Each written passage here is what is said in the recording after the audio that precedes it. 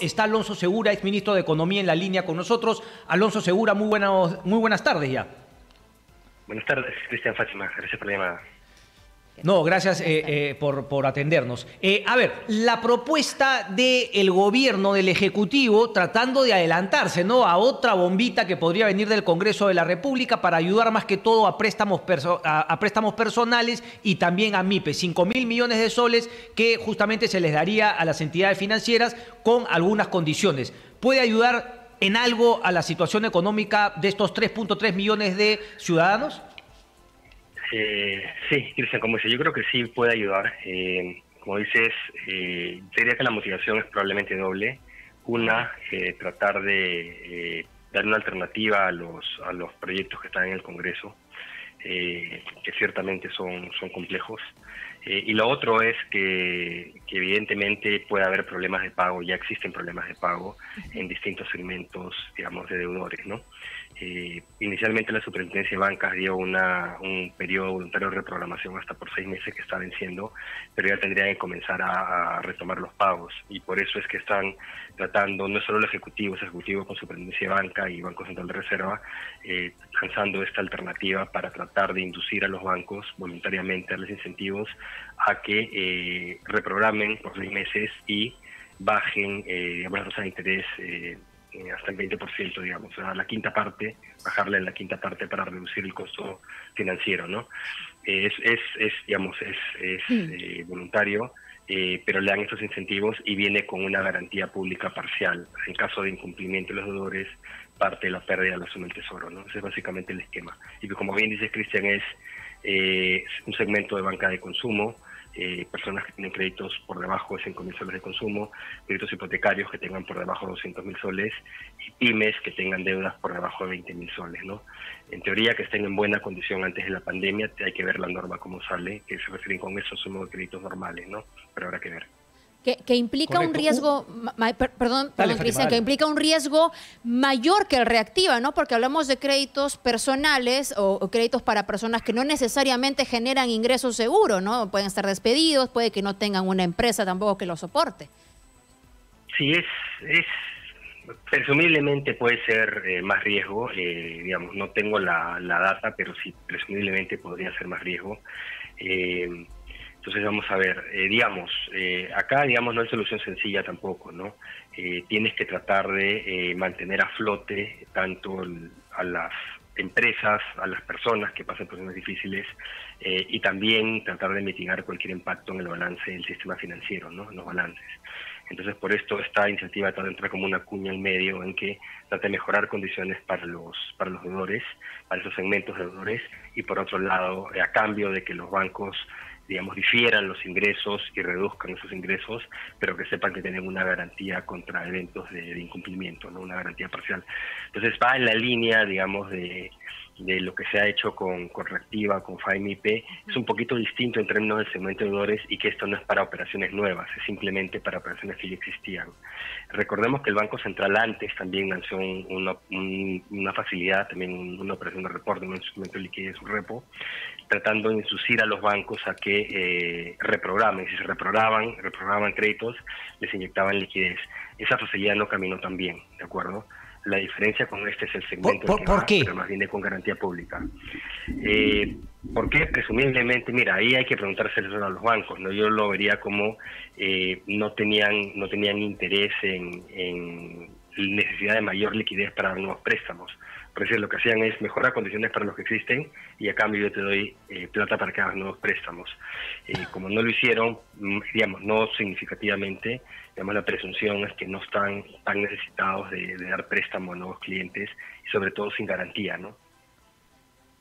¿Por qué no estarían tan necesitados si justamente en eso consiste el negocio del banco? Salvo que me digan que el negocio de los bancos en el Perú ha mutado tremendamente de prestar plata y ganar ese spread entre lo que reciben y lo que prestan, a finalmente cobrar por servicios financieros.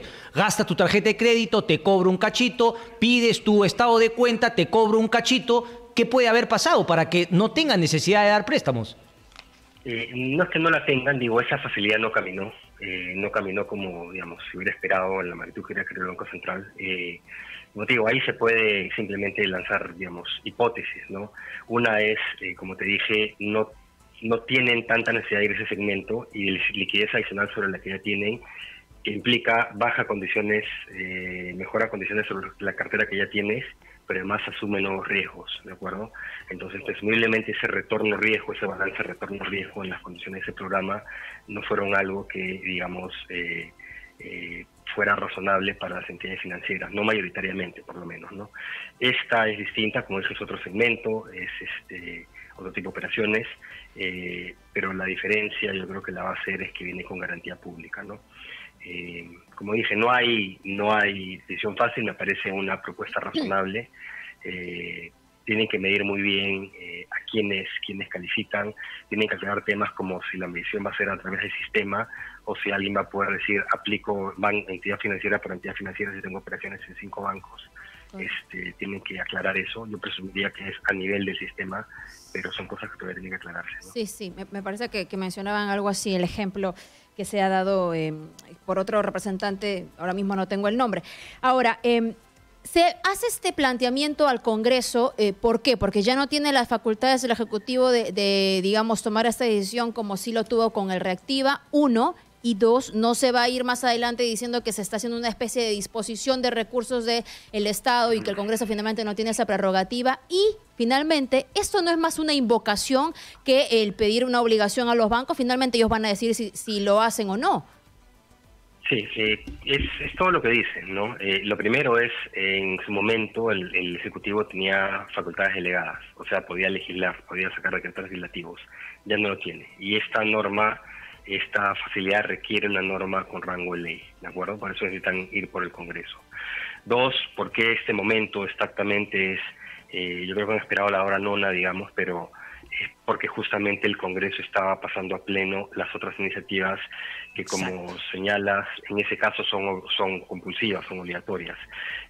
La gran diferencia entre una propuesta que sale del Ejecutivo y una que sale del Congreso es que la primera es una alternativa constitucional, porque el Ejecutivo sí tiene capacidad de proponer gasto dentro de sus techos, ¿de acuerdo? El Legislativo no, ¿ok? Y lo segundo es que esto, como dices, es opcional, es facultativo. Las entidades financieras decidirán a quiénes sí y a quiénes no. Tratar de hacerlo obligatorio, como ha pretendido o desea el Congreso en alguna de sus iniciativas, es inconstitucional, es ilegal, es romper contratos, ¿no? Y genera mucha inestabilidad, ¿no? Jurídica, etcétera, ¿no? Entonces, es un mundo de diferencia en términos de la legalidad y en términos de las consecuencias económicas, ¿no?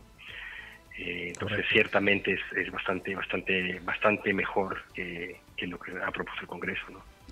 Sí, porque el Pleno del Congreso debate hoy, lo tiene el diario Gestión, justamente lo que comentaba Fátima, ¿no? Debate hoy proyectos para congelar deudas, hay otro también para poner topes a las tasas de interés, así que me imagino es una respuesta también del Ejecutivo para llegar a eso, pero claro, con la salvedad, como tú bien decías, que lo que puede salir del Congreso sería inconstitucional, pero tendría que pasar por todo ese mecanismo de observarse por el Ejecutivo, si es que se sigue por el parte del Congreso y finalmente el TC, etcétera. Entonces, un poco esa alternativa. Ahora, ¿por qué no sale de los propios bancos? Alonso, era la pregunta que le hacía ayer también a nuestro invitado Carlos Casas. ¿Te parece que los bancos han sido activos en finalmente ayudar a sus clientes, ayudar en la reactivación y no, digamos, no dejarle cabida al Congreso para que surjan estas medidas? Sí, mira, yo creo que siempre va a haber espacio para hacer críticas y también como consumidor, como usuario de bancos también te lo puedo decir, ¿no? Estas situaciones en las cuales uno siente que hay abusos. Pero te diría que en promedio sí han reprogramado carteras masivas, ¿de acuerdo? Pero esa ventana, o sea, ya van 6 meses, digamos, de reprogramaciones a un volumen importante de créditos. Entonces, no es que los bancos se han quedado a brazos cruzados. Ahora, no, con esto no quiero decir que es la maravilla y es la panacea, ¿no? Habrá entidades que lo habrán hecho mayor magnitud que otras, habrá casos en que sigan habiendo abusos, para eso están los reguladores, ¿ok? Los problemas con las iniciativas del Congreso no son menores. Cuando tú, y eso está demostrado, por ejemplo, si tú congelas los ingresos de los bancos, no van a y compulsivamente, más allá de los problemas constitucionales y lo que te genera en términos de inestabilidad jurídica, credibilidad del país, etcétera, te generan problemas porque estás truncando la fuente de ingresos del banco y el banco ya no puede prestar. Y lo último que tú quieres es que los bancos, que se rompa el flujo crediticio. Eso es rompimiento de cadena de pagos. O sea, el Congreso podría inducir con el rompimiento Eso no de lo cadena de pagos. explica. Más allá de los problemas que hay. No, uno, dos. Está probado en el Perú, en el mundo, en múltiples episodios, que congelar, poner topes a tasas de interés no funciona. No funciona. ¿Por qué? Porque al final, si digamos, prestarte a un negocio, supongamos una pyme, el banco le dice, te puedo prestar al 20%. Al 20% probablemente la pyme diga, sí, si consigo el crédito yo puedo operar, puedo ser rentable, puedo sobrevivir. Supongamos que el Congreso dice, no, el tope es 10, por decir un número. Simplemente esta MIP es muy riesgosa para lo que el banco considera, entonces no le va a prestar. ¿Qué es mejor para la MIPE? ¿Recibirlo a 20 o no recibir nada? No recibir nada porque quiebra.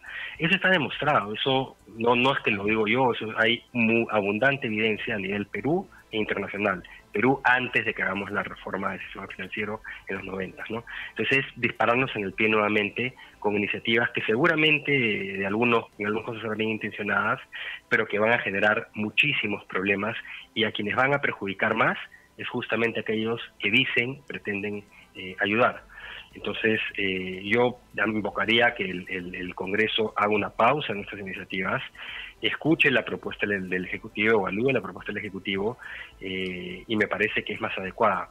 Obviamente, no es una alternativa gratuita, esto va a tener algún costo en términos de costo fiscal en el futuro, ¿no?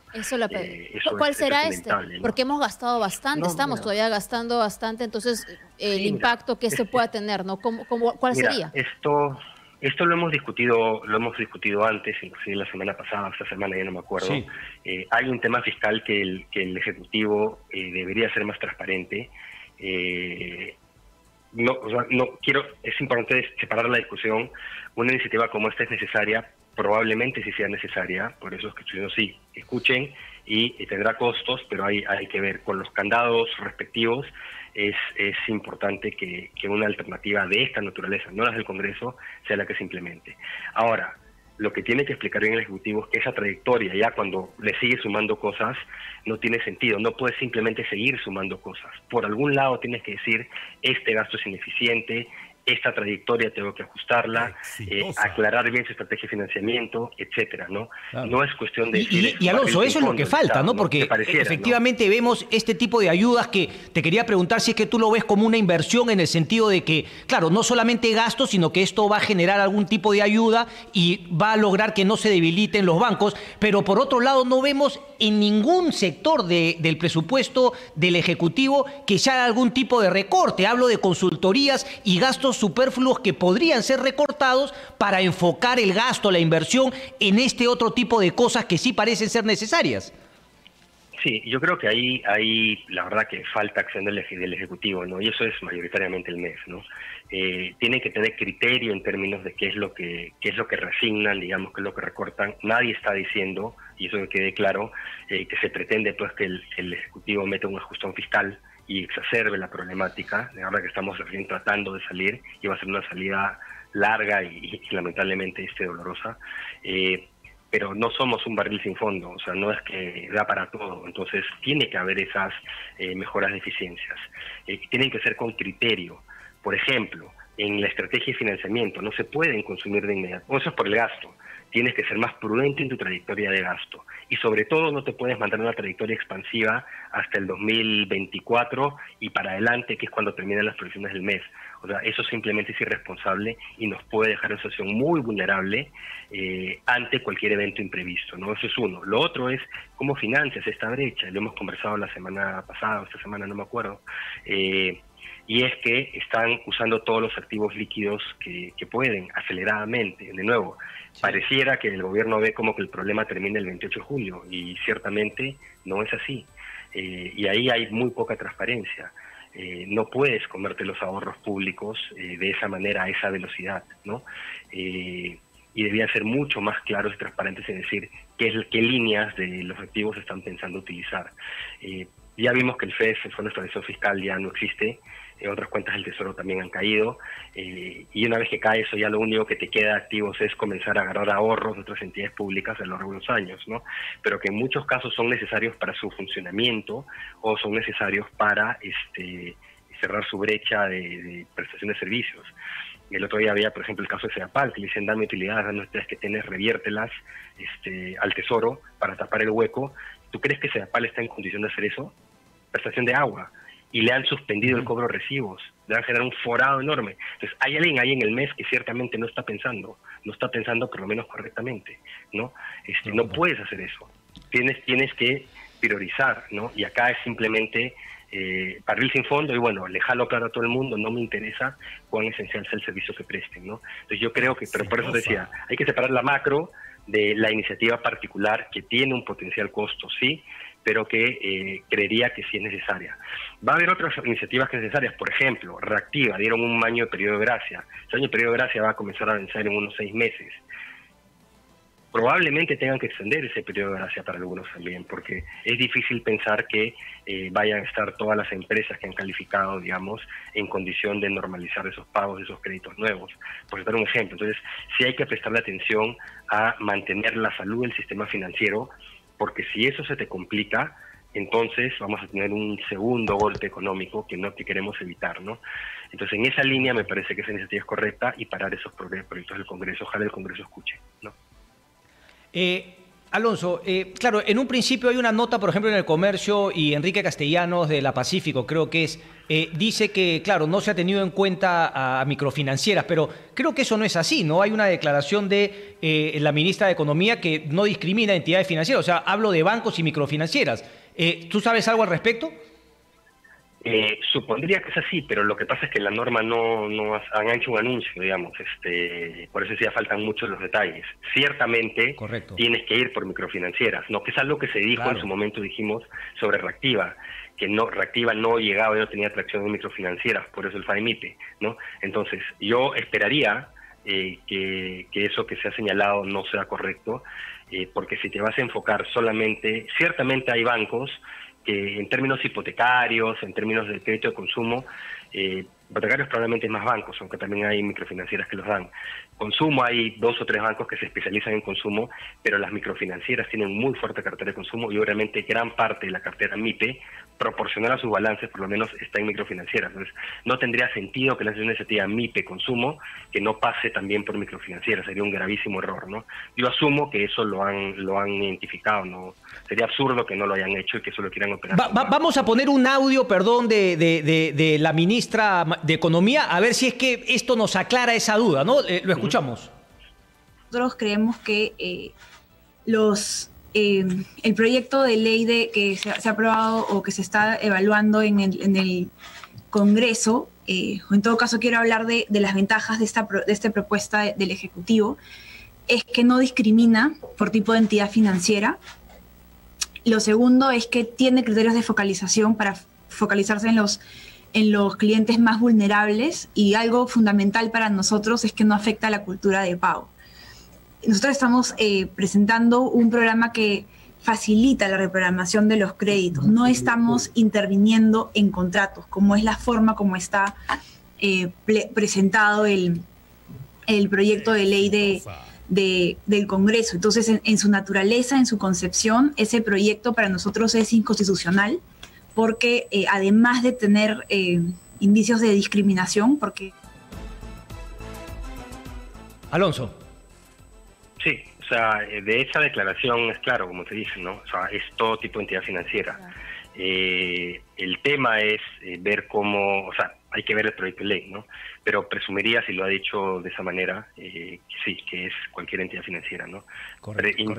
Alonso, discúlpeme, el tiempo nos gana, pero mucha gente me pregunta, quiero refinanciar, quiero reprogramar, muchos utilizan la palabra indistintamente, y yo creo que hay una diferencia como para Damis. ¿Cuál es la diferencia entre refinanciamiento y reprogramación, por favor? Mira, reprogramación en este caso es permitido regulatoramente sin que tengas una penalidad en términos de tu calificación crediticia, las condiciones. Te dicen, es permitido, es como que no hubiera pasado nada con tu crédito. Pagas 6 meses más tarde, pagas en condiciones más baratas, tu crédito sigue siendo normal, lo que fuera.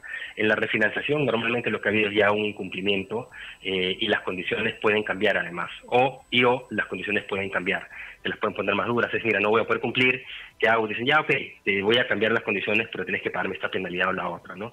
Entonces, en el sentido de lo que se está proponiendo acá de reprogramaciones es, extiende, dales periodos de gracia mayores, que no haya pagos, y mejora condiciones. Y sobre todo, no se refleja en deterioro de la calificación crediticia del deudor, lo cual hace que no se perjudique el deudor, pero tampoco el banco, porque el banco tendría que comenzar a provisionar, digamos, a aportar capital para cubrir potencial pérdida, ¿no? Entonces esa es la diferencia. Entonces en un caso no tienes deterioro ni para el cliente ni para el banco, en el otro potencialmente sí tienes deterioro, digamos, de la cartera, ¿no? Correcto. Alonso, muchísimas gracias, pero aquí me van a matar, pero yo solamente te quiero hacer una pregunta final. ¿Te parecería, digamos, no voy a hablar de ética moral, pero con sentido económico que los bancos terminen el año 2020 con utilidades similares a las que obtuvieron en años anteriores? O sea, ¿estoy siendo comunista o, digamos, mi sentido común, del cual yo me considero liberal, me diría que no deberían tener las mismas ganancias porque creo que todos deberían ajustarse? Ya, te diría que en principio no. Pero con un comentario, y es una acotación, que los balances de las entidades financieras se deterioran después. Gran parte de los impactos que van a tener van a ser el próximo año. Entonces yo lo que esperaría más bien es que no repartan utilidades, que todos lo retengan dentro de las entidades financieras para fortalecer balances, porque los golpes, cuando comienzan los pagos de reactiva, cuando comiencen los pagos de iniciativa y otras, recién los incumplimientos se van a comenzar a ver en el año 2021, ¿no es cierto? Los que están Clarísimo. en facilidades. Muchas gracias, Alonso. Entonces el impacto se ve después, ¿ya? Gracias. Muchas gracias, ministro. El tiempo nos ha ganado. Solo aclaramos que el beneficio aplicaría para la deuda total de una persona en todo el sistema, según lo que ha mencionado el director general de la Dirección de Mercados Financieros, el señor Oscar Graham.